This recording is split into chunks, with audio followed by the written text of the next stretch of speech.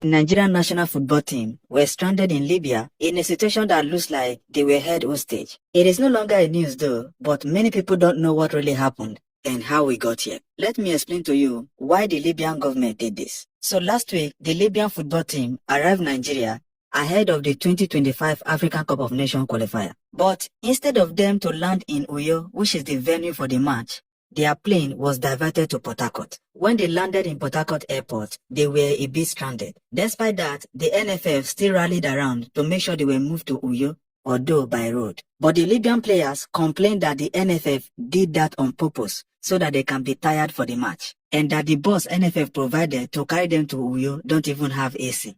But NFF came out to say that what happened was not their fault, that they were only informed of the arrival date and time on short notice, causing logistical issues. And despite all that, the Libyan players were treated well, as you can see. After NFF explained what really happened, the Libyans kept quiet, not knowing that they have something in mind. The match was played anyway, which Nigeria went on to win. And now it was the turn for Nigeria to go to Libya for the return match. And guess what? On their way to Libya, the Libyan government diverted their plane to an abandoned airport somewhere very far from where they were supposed to land. That is not all. They were not allowed to leave the airport for over 13 hours.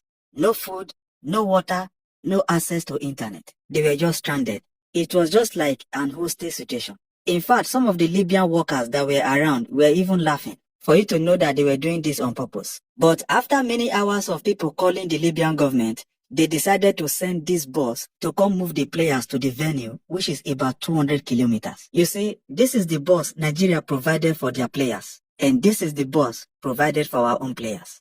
Funny, right? But the Nigerian players refused and decided to withdraw from the match. Yes, they said they are not playing again, that they want to go home. To cut the long story short, after back and forth, I heard that they are now back to Nigeria. So we thank God for their safety. The Confederation of African Football, CAF, have already taken up the matter, and investigation is currently on. I hope that Libya is sanctioned so that other African countries can learn from this. One thing about Nigeria is that we don't maltreat visiting nations on purpose. We have hosted bigger teams before. But anyways, if you're in Libya, you better brief them about Nigerians. Them know they forget things.